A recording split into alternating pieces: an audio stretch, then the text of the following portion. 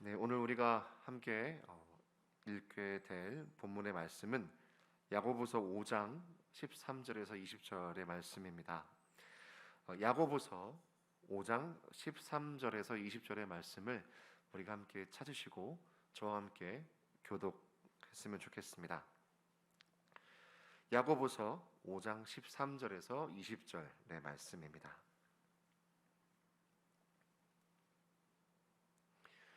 네, 제가 먼저 한 절 읽고요. 함께 교독하도록 하겠습니다. 제가 먼저 읽겠습니다. 너희 중에 고난당하는 자가 있느냐? 그는 기도할 것이요 즐거워하는 자가 있느냐? 그는 찬송할지니라. 너희 중에 병든 자가 있느냐? 그는 교회 장로들을 청할 것이요 그들은 주의 이름으로 기름을 바르며 그를 위하여 기도할지니라. 믿음의 기도는 병든 자를 구원하리니 주께서 그를 일으키시리라. 혹시 죄를 범하였을지라도 사하심을 받으리라. 그러므로 너희 죄를 서로 고백하며 병이 낫기를 위하여 서로 기도하라. 의인의 간구는 역사하는 힘이 큼이니라. 엘리야는 우리와 성정이 같은 사람이로되 그가 비가 오지 않기를 간절히 기도한즉 3년 6개월 동안 땅에 비가 오지 아니하고 다시 기도하니 하늘이 비를 주고 땅이 열매를 맺었느니라. 내 형제들아 너희 중에 미혹되어 진리를 떠난 자를 누가 돌아서게 하면 함께 읽겠습니다. 너희가 알 것은 죄인을 미혹된 길에서 돌아서게 하는 자가 그의 영혼을 사망에서 구원할 것이며 허다한 죄를 덮을 것이니라. 아멘. 아멘. 네, 오늘도 우리 주님을 간절히 사모하는 마음으로 이 자리에 나오신 모든 성도님들을 우리 주님의 이름으로 환영하고 축복합니다. 우리가 매주 수요일 이곳에 모이는 이유가 있다면 우리 모임의 이름이 수요 연합 기도회인 것처럼 기도를 통해서 하나님과 대화하고 말씀을 통해 하나님의 마음을 듣고 알아가기 위해서일 것입니다. 오늘 우리가 함께 읽은 야고보서를 보면 정말 우리의 이 기도회 모임이 얼마나 귀한 모임이고 하나님의 은혜를 구하는 능력 있는 모임인지를 우리가 알 수가 있습니다. 오늘 본문 15절에서 16절에 보니까 이렇게 적혀 있습니다. 믿음의 기도는 병든 자를 구원하리니 주께서 그를 일으키시리라. 혹시 죄를 범하였을지라도 사하심을 받으리라. 그러므로 너희 죄를 서로 고백하며 병이 낫기를 위하여 서로 기도하라. 의인의 간구는 역사하는 힘이 큼이니라. 아멘. 우리 믿는 사람들, 하나님께 거룩하다 칭함받은 하나님의 백성들이 모여서 함께 간구하고 서로를 위해서 눈물을 흘리며 기도하는 이 자리 가운데 성경은 분명히 말씀하고 있습니다. 병든 자가 나음을 입고 죄가 사해지는 역사가 일어나게 된다고 말입니다. 정말로 우리가 이 수요일 저녁 시간에 함께 모여서 하나님을 찬양하고 예배하는 가운데 우리 영육의 문제들이 해결되어지고 사망의 길에서 돌이켜 구원되어지는 놀라운 일들이 일어나게 되는 줄 믿습니다. 우리의 기도를 통해 역사하실 하나님을 기대하고 그 하나님께서 친히 구원을 이루어 가심을 목도하는 그리고 경험하는 복된 저와 여러분 되시기를 간절히 소망합니다. 우리가 첫 번째로 함께 생각해 볼 것은 우리 그리스도인들은 기도의 능력을 가지고 있는 사람들이라는 겁니다. 먼저 기도의 능력에 대해서 야고보서 본문의 내용을 한마디로 정의를 해보자면 사망의 길에서 돌이켜 구원시키는 능력. 다시 한 번만요. 사망의 길에서 돌이켜 사망의 길에서 돌이켜 구원시키는 능력이라고 정의 내릴 수 있을 것입니다. 우리가 그 근거들을 성경 속에서 찾아보자면 정말 성경의 전체를 통해서 수많은 근거들이 기록되어 있음을 우리는 알 수 있습니다. 그렇게 멀리 갈 거 없이 먼저 야고보서 본문에서는 엘리야의 기도를 언급하고 있죠.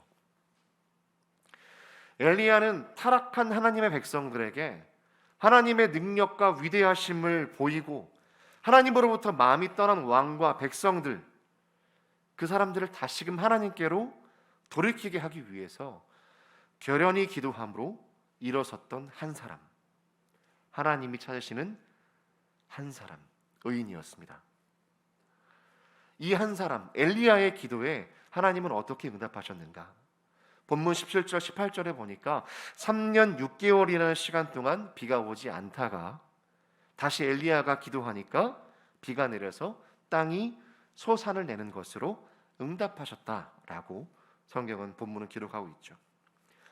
자, 과연 비단 엘리야뿐만일까요? 우리가 잘 알고 있는 구약의 한 여인이 있습니다. 에스더 여왕 말입니다. 에스더의 일화만 보더라도 기도의 능력이 얼마나 큰지 우리는 잘 알 수가 있습니다. 에스더 자신과 자신의 백성들을 죽음의 위기에서 구원해내기 위해서 에스더는 여왕의 신분이었지만 그녀는 죽을 각오를 하고 금식하며 하나님께 매달리기 시작했습니다. 그리고 기도했습니다. 아직 왕의 허락은 떨어지지 않았지만 에스더 당신이 나에게 와도 좋습니다 라는 그런 왕의 허락이 떨어지진 않았지만 왕에게 그 약속을 어기면서 나아가면서 우리가 익숙히 알고 있는 그녀의 고백, 죽으면 죽으리이다 라는 결연한 다짐으로 그 왕에게 나아갑니다. 그리고 결과적으로 이스라엘 백성과 자신의 목숨을 건지게 되는, 죽음으로부터 사망으로부터 구원케 되는 일들을 경험하게 되죠. 기도의 능력은 사망의 길에서 돌이켜 구원시키는 사망의 길에서 돌이켜 구원시키는 능력이 바로 기도의 능력이라는 것입니다. 기도의 능력이란 바로 이런 능력입니다. 하나님께 헌신되고 충성된 단 한 사람, 그 한 사람의 눈물 어린 기도가 비를 내리게도 하고 내리게 하지 않을 수도 있고 수백, 수천, 수만의 사람을 살리고 사망에서 생명으로 옮기는 능력이라는 것이죠. 기도의 능력은요. 이런 능력이 이 수요연합기도회를 통해서 실현되고 우리의 삶을 통해 더욱 크게 일어나기를 소망합니다. 지금 이 자리에서 온라인과 오프라인으로 함께 하시는 모든 성도님들이 2021년 이 한 해를 살아가는 2021년을 살아가는 엘리야와 같고 에스더와 같은 의인들이 되시기를 간절히 소망합니다. 아무리 세상이 코로나 때문에 할 수 없다, 어렵다, 불가능하다 말해도 그 불가능 너머에 계시는 하나님을 신뢰하고 바라보는 단 한 사람으로서, 단 한 명의 의인으로서, 하나님이 찾으시는 그 한 사람으로서 이 기도의 능력을 펼쳐나가시는 저 여러분 되시기를 간절히 소망합니다. 자, 두 번째로, 그렇다면 이런 기도의 능력을 더 체험하고 내 삶에서 하나님의 능력, 하나님의 임재를 경험하려면 우리는 어떻게 해야 하는가?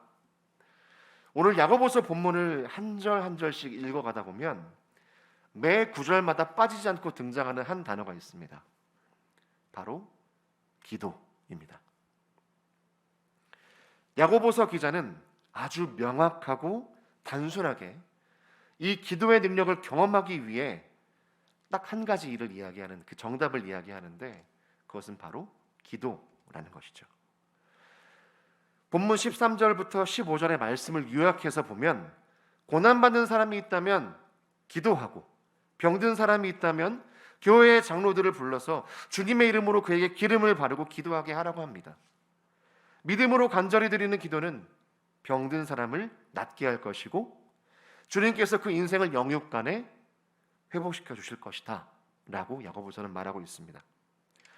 야고보서 기자가 말하는 기도는 뭔가 거창한 기도를 말하는 게 아닙니다. 그저 기도, 우리가 지금까지 해왔던 기도, 우리가 방금 전까지 사냥 끝나고 열심히 목이 터져라 불렀던 그 기도, 하나님을 향한 진심 어린 마음으로 찬양하고 기도하는 거, 우리가 매일같이 할 수 있는 그 기도를 야고보서 기자는 이야기하고 있는 것이죠. 여러분도 잘 아시겠지만 이 기도는 우리 영혼의 호흡입니다. 하나님과 대화하는 것입니다. 하나님의 마음을 알아가는 것입니다. 하나님의 주파수에 나의 주파수를 맞추어가는 것입니다. 나의 마음에 불순한 싹들이 싹트기 시작할 때 그 싹들을 솎아내서 하나님께서 원하시는 선한 마음으로 만들어가는 것이 기도입니다. 이 기도라는 것은 하나님과 나 사이에 놓인 세상의 담벼락을 허무는 것이고 나와 하나님 사이의 단절을 깨트리는 것, 그것이 바로 기도입니다. 설령 내가 세상이라는 바다 위에서 표류하고 있는 것 같다 할지라도 길을 잃었다라는 생각이 되어서 길을 잃었다라는 생각이 들을지라도 다시금 우리로 소원의 항구로 하나님께서 맞이하시는, 하나님이 두 팔 벌려 기다리고 계시는 그 소원의 항구로 인도하는 빛이 바로 기도라는 것입니다. 내 인생의 나침반, 내 삶의 항해의 구명줄, 거친 파도에도 끊어지지 않는 닷줄, 바로 이런 것들이 우리가 알고 있는 기도이고 야고보서 기자가 말하는 기도의 모습입니다. 또한 이 기도라는 것은 하나님 앞에 정말 작은 것 하나라도 숨김없이 아뢰고 아주 작고 조그마한 문제, 사소한 문제라도 시시콜콜하게 다 털어놓는 것이 바로 기도입니다.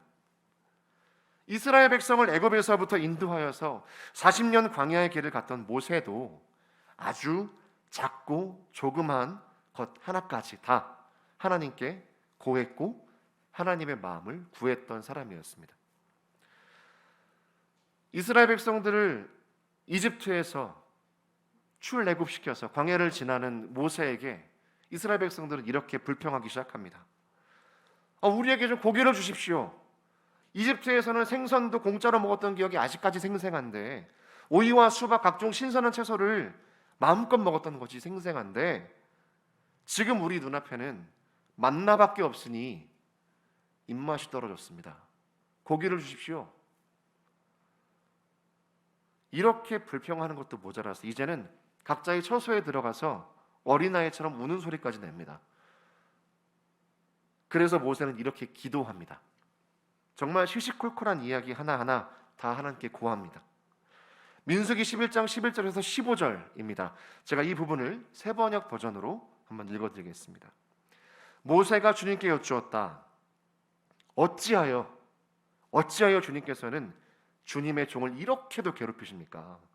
어찌하여 저를 주님의 눈밖에 벗어나게 하셔서 이 모든 백성을 저에게 짊어지우십니까?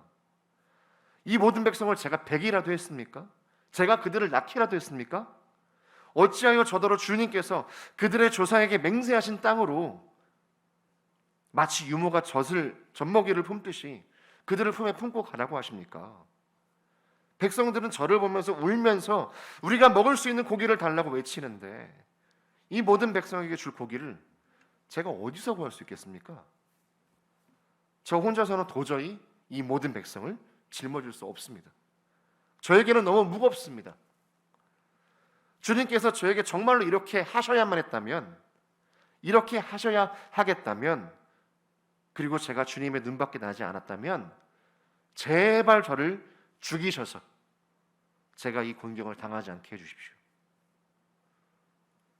한 사람 두 사람도 아니고요, 수만 명을 이끌고 행진하는 그 대장의 입에서, 그 모세의 입에서 나온 기도가 이런 내용이었다는 겁니다.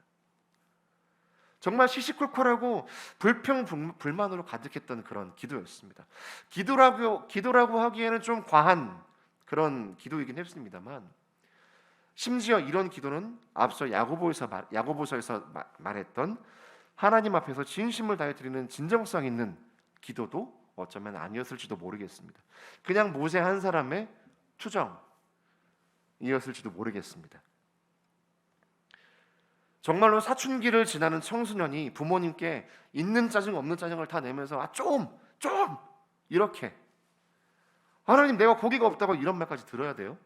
내가 도대체 뭐하러 이렇게 이 사람들을 이끌고 가야 됩니까? 내가 이 사람들 보모입니까? 이렇게 기도했다라는 말인 거죠. 자, 그럼 이런 기도를 들었던 하나님은 모세에게 어떻게 반응하셨을까요? 야, 이놈 모세놈 새끼, 이렇게 말씀하셨을까요? 그렇지가 않았습니다. 모세와 이스라엘 백성들을 아주 혼쭐을 내주실 줄 알았지만 이어지는 16절과 24절 이후에는 하나님께서 70인을 세우시게 됩니다. 그들에게 그리고 하나님의 영, 하나님의 지혜를 부어주시는 위로를 선물로 주시죠. 모세는 원망의 말을 쏟아냈습니다. 어쩌면 가장 하지 말아야 할 말까지 하나님 앞에서 서스럼 없이 쏟아냈던 사람이었습니다. 아시죠? 이럴 거면 차라리 날 죽이세요. 이럴 거면 날 뭐하러 낳습니까? 이럴 거면 우리를 뭐하러 출애굽시키셨습니까? 저는 아직 다행히도 아내 뱃속에 아이가 있어서 이런 말을 들어보진 못했지만 정말로 내가 힘들어서 난 내 자식이 나한테 이런 얘기를 한다면 아빠 도대체 뭐하러 날 낳았어? 엄마는 도대체 뭐하러 날 낳았어? 이렇게 얘기를 한다면 정말 상상도 못할 그런 가슴 아픔이 아닐까 좀 생각을 해보게 되었습니다. 자, 이 모세의 이야기가 우리에게 주는 교훈이 무엇일까? 정말 작은 것 하나, 사소한 것 하나, 마음에 있는 모든 불편한 것들, 원망하는 것들, 속상한 것들, 슬픈 감정들 하나하나 다 하나님께 토해내라는, 말하고 부르짖으라는 그런 뜻 아니겠습니까? 왜요? 당연히 하나님은 우리 편이시니까요. 당연히 하나님은 내 편이시니까요. 시편 124편에서 다윗은 이렇게 말합니다. 이스라엘아 대답해봐라. 주님께서 우리 편이 아니셨다면 우리가 어떠하였겠느냐? 주님께서 우리 편이 아니셨다면 원수들이 우리를 치러 일어났을 때에 원수들이 우리에게 큰 분노를 터뜨려서 우리를 산채로 집어삼켰을 것이며 물이 우리를 덮어 홍수가 우리를 휩쓸어 갔을 것이며 넘치는 물결이 우리의 영혼을 삼키고 말았을 것이다. 우리를 원수의 이에 찢길 먹이가 되지 않게 하신 주님을 찬송하여라. 새가 사냥꾼의 그물에서 벗어남 같이 우리는 목숨을 건졌다. 그물은 찢어지고 우리는 풀려났다. 천지를 지으신 주님이 우리를 도우신다. 아멘. 우리가 마음 놓고 기도할 수 있는 이유, 마음 놓고 하나님께 소리 지를 수 있는 이유, 마음 놓고 기도할 수 있는 이유가 바로 이것이라는 겁니다. 하나님께서 우리 편이시기 때문에, 하나님께서 나의 편이시기 때문에. 바빠서 기도할 수 없다고요? 내 집에서는 주님을 믿지 않는 다른 가족들 때문에 눈치 보여서 기도할 수가 없다고요? 회사에서 직장 동료들의 그런 눈치가 보여서 기도할 수가 없다고요? 살아계신 하나님 아버지, 교회의 그런 장로님들처럼 화려하게 기도하지 못해서 기도할 수 없다고요? 아닙니다. 하나님께서 자꾸 원하시는 기도는 시편 51편 11절에 다윗이 고백했던 것처럼 하나님께서 구하시는 제사는 상한 심령이라 하나님이와 상하고 통회하는 마음을 주께서 멸시하지 아니하시리이다. 다윗이 말한 그 상한 심령, 찢기고 더럽혀져서 너덜너덜하기까지 한 그 마음을 있는 그대로 통회하며 자복하는 것, 바로 이 마음이 하나님께서 원하시는 기도라는 것이죠. 사거리에 서서, 큰 대로에 서서 하늘을 우러러 바라보면서 큰 소리로 오 하나님이여, 나로 하여금 이렇게 당신께 기도할 수 있도록 허락해 주셔서 감사드립니다.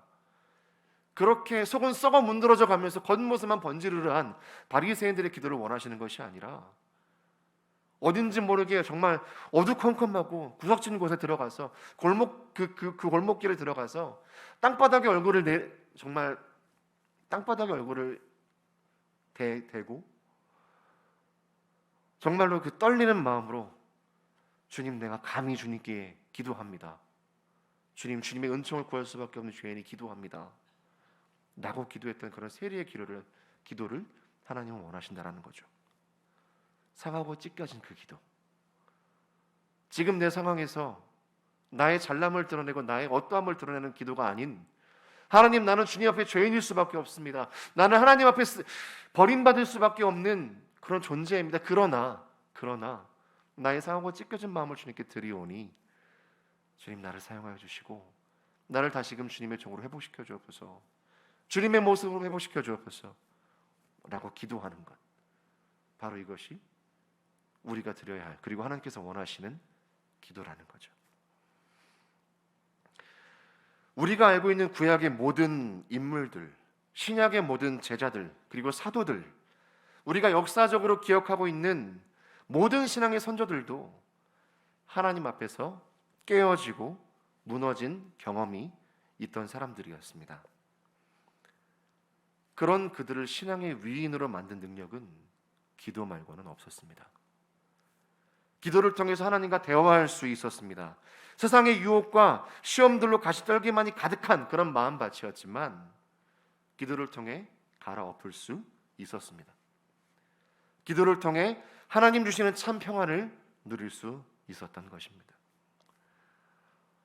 베드로는 말합니다. 은과 금 내게 없지만 내게 있는 것으로 너에게 주노니 곧 나사렛 예수 이름으로 일어나 걸어라. 더는 비겁하게 예수를 모른다라고 3번이나 부인했던 그런 베드로가 아니었습니다. 제9시 기도 시간에 베드로와 요한이 성전에 올라갈새 제9시 기도 시간에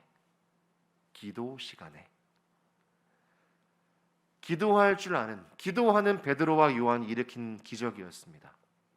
날 때부터 안진병이었던 그 사람을 일으켰던 것은 베드로와 요한의 그런 어떠한 잘남이 아니고 자신들의 어떠한 위치가 아니고 제9시 기도하는 시간에 기도하러 올라가던 중에 기도하는 사람들이 일으켰던 기적이었다라는 겁니다. 우리가 그토록 사모하고 바라고 누리기를 원하는 그 하나님의 은혜, 하나님의 능력, 기도의 능력은요, 기도 외에는 답이 없습니다.